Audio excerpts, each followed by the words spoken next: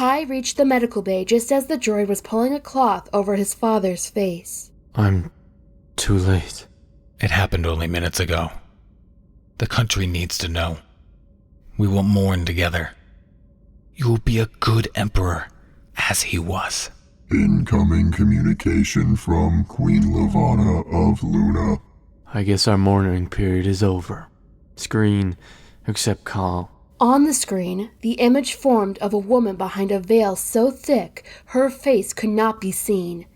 The Queen's glamour, her ability to make people see her as divinely beautiful by manipulating their brainwaves, could not translate over the net screens, and so she hid. My dear Prince Regent, may I be the first to offer my condolences on the loss of your father. May he forever rest in peace. Though the occasion is tragic, I do look forward to continuing to talk of an alliance with you. I see no reason to delay these conversations until your coronation, so I think it appropriate to plan a meeting as soon as is convenient. My shuttle is prepared. I can leave as soon as the next sunrise. My sympathies are with you in the Commonwealth. End communication. She wants to come now?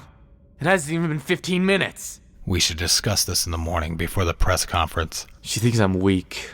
She's going to try to persuade me to accept a marriage alliance now, while everything is in chaos. Discussions must go two ways, Your Highness. We will listen to her requests, but she must listen to ours as well. The people aren't going to like this. No. Tomorrow will be a dark day for the Commonwealth. The next morning, she returned to Dr. Erland, but not before another surprise encounter with the prince. Ling Mei. You should, call me Cinder. All right then, Cinder. Are you following me? I'm just here to check up on the med droid that I looked at yesterday. I'm on my way to talk to Dr. Erland about his progress. I heard through the grapevine that he may have made progress with one of the recent draft subjects. Your Highness, I am so sorry. Thank you, Fantine. I wish my father's death were the worst of it. Your Highness? You can call me Kai. What? No more Your Highness. I get enough of that from everyone else. You should just call me Kai. No. That would not be... Don't make me turn it into a royal command. All right. You said something was worse before? Never mind. I didn't mean to pry. No, it's all right. You'll find out soon enough. The Lunar Queen informed us this morning that she is coming to the Commonwealth on a diplomatic mission. Supposedly. The Lunar Queen is coming here? You can't be serious. I wish I weren't. When is she coming? Today. What? But why would she come now when we're in mourning? Because we're in mourning. Your Highness, I'm so sorry. What can I do to help you? Find a cure. I will, Your Highness. I heard a rumor you've made a breakthrough in the last few days. My prince, you should know better than to ask after rumors like that. I hate to give you false hope before I know anything concrete. But when I do have solid information, you will be the first to know. Right. In that case, I'll leave you be. I hope our paths will cross again. Really? In that case, I guess I'll keep following you. To her surprise, he reached for her gloved cyborg hand. She held her breath, terrified he would feel the hard metal hand. Kai lifted it to his lips and kissed the back of it. Pardon me, but may I have a brief word with Ling Mei? By all means. I know this sounds like weird timing, but trust me when I say my motives are based on self-preservation. Would you consider being my personal guest at the ball? Excuse me? I assume you're going to the ball? I don't know. I mean... No, I'm sorry, but I'm not going to the ball. Oh, well, but maybe you would change your mind? Because I am, you know... The prince? Not bragging, just a fact. Prince Kai. Prince Kai was asking her to the ball.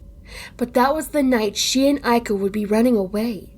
The night she would escape. And besides, he didn't know what he was asking. He would be mortified if he knew the truth. I'm sorry. Thank you. Thank you, Your Highness, but I must respectfully decline. No, it's all right. I understand. My condolences, Your Highness. In more than one way, it seems. It was nice to see you again, Cinder. What a shame you cannot blush, Miss Ling. What do you think he meant by self-preservation? Queen Levana is less likely to prey on him if he appears to be taken. What does she even want with her anyway? Power? Certainly power. I believe that is the biggest reason. But she is also aware that lunar fugitives flee here. People who can threaten that power. Lunar fugitives? Oh yes, to Levana's endless dismay. But not all lunars are so easily brainwashed into mindless contentment. And many have risked their lives to escape Luna and relocate here. And now I have a question for you, Miss Ling. Why the sudden interest in lunars? Something Kai said.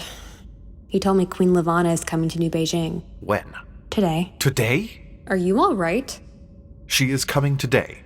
Is that what he told you? Yes. Then you must leave. And quickly. You can be here when she arrives. What does this have to do with me? Just stay away from the palace until she's gone. Do you understand? No, I don't. Miss Ling, you must listen to me carefully. I'm not sure how to say this. I thought I would have more time. What is it? Miss Ling, from your blood samples, I have deduced that you are, in fact, a lunar. Lunar? Indeed. I don't have magic. Yes, well, not all lunars are born with the gift. They're called shells. I'm not lunar. I'm cyborg. You don't think that's bad enough? You are both, Miss Ling. Since the instatement of non-gifted infanticide under Queen Channery, many lunar parents have attempted to rescue their shell children by bringing them to Earth. You're lying. I am not lying, Miss Ling, and that also explains your immunity. Lunars are the original carriers of ledemosis. No, you're wrong. There's some other explanation. I can't be. I know this is a lot to take in, but I need you to understand why you cannot be present when Her Majesty arrives. No, you don't understand. I am not one of them. Miss Ling, you must listen to me. You were brought here for a reason. What? What? To help you find a cure? You think this is some sort of twisted gift of fate? I'm not talking about fate or destiny. I am talking about survival. You cannot let the Queen see you. Why? Why would she care about me? Shells are immune to glamour. Queen Levana can't control shells, which is why she continues to have them exterminated. Queen Levana will stop at nothing to ensure her control, to terminate any resistance. That means killing those who could resist her. People like you. You must not be seen by her. Do you hear me? Yeah. Extreme danger. I heard you. Kai and Torn watched as Levana's fine ship landed on the platform. Sybil and her guard awaited as well, with 2 of Kai's own guards. Levana had insisted no one else await her. At long last, she descended onto the platform. Sybil lifted the veil from her head. Kai choked on his gasp. She was indeed beautiful, as if someone had taken the scientific measurements of perfection. She was unnatural. Your Majesty, it's my greatest honor to welcome you to my country and planet. Your Highness, it is my greatest honor to be thus welcomed. May I again offer my sincerest condolences on the loss of your father. Thank you. I hope everything meets your expectations during your visit. I look forward to the Eastern Commonwealth's famed hospitality. She looked at him, and her gaze softened. The world lurched beneath his feet. You love her. You need her. You will do anything to please her. He jabbed his fingernails into his palms as hard as he could. The Queen's control disintegrated. If you will follow me, I will show you to your rooms. That won't be necessary. I'm quite familiar with the guest wing and can take Her Majesty myself. Of course. Did you kill her? Of course, you resisted her well. It wasn't so hard. It was only for a moment. It will get harder. Another long day, another late night. The car was going to take more work than she realized. Cinder had a feeling she wasn't going to get much sleep if they were going to have it road ready by the night of the ball. But now was not the time for that. It was not time to ponder her new identity as Lunar, which she no longer could avoid. It was time to fix Kai's android. All dressed up and nowhere to go. Aiko had draped a strand of Adri's pearls around her bulbous head and smeared cherry lipstick beneath her sensor. Oh, wow. That's a great color on you. Do you think? I was imagining going to the ball and dancing with the prince. Funny, I found myself imagining the same thing lately. I knew you liked him.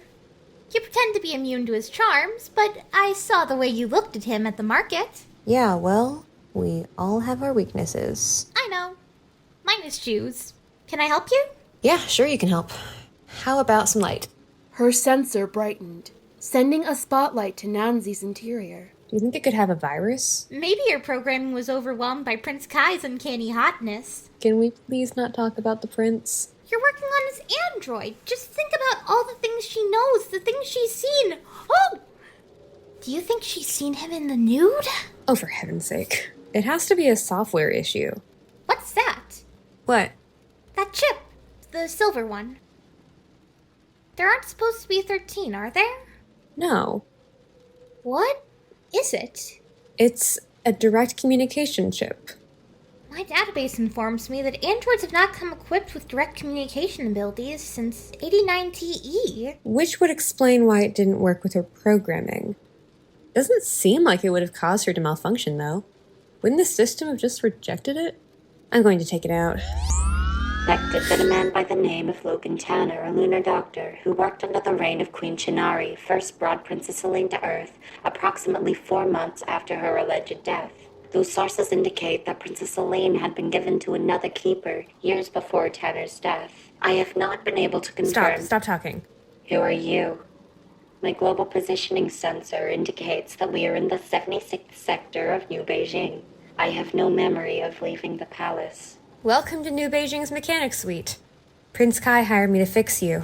My calendar tells me I have not been conscious for over 12 days, 15 hours. Did I experience a system crash? Not exactly. It appears that someone installed a comm chip that didn't meld well with your original programming. I am unaware of any direct communication chip in my programming. When you woke up, you were talking about the lunar air? That information is classified. I know, but I think you were probably communicating it to someone when you were disabled. I'm gonna take you back to the palace. Cinder could hear Dr. Erlin's warnings in her head, not to be near the palace. Queen Levana would have her killed. And yet, if something were to happen between the apartment and the palace to this android who had real information on the missing lunar princess, Cinder would never forgive herself. As she neared the palace, the protest in front of the palace came clear into view. Pardon me, I need to get into the palace. No entrance to the public today. This android belongs to His Imperial Highness. I was hired to fix her, and now I'm returning her. It is very important that she be returned to him as soon as possible. Does the android have its ID? I do. She may enter, not you. The crowd's chanting silenced. Cinder looked up to find the Lunar Queen on the balcony over them. Her expression was stern, bitter, but did nothing to dispel her uncanny beauty. Cinder shrank away from the gate, but her terror was short-lived. The Queen is not frightening, not dangerous. She is warm, welcoming, generous. She should be your queen. She should rule you, guide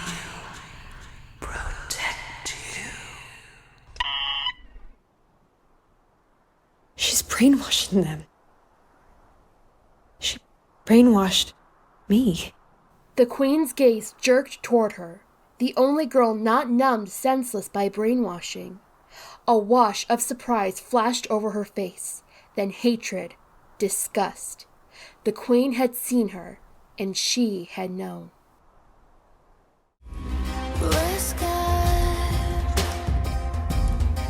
There's something bad in the balance. I'm staring into the darkness, and I like what I see.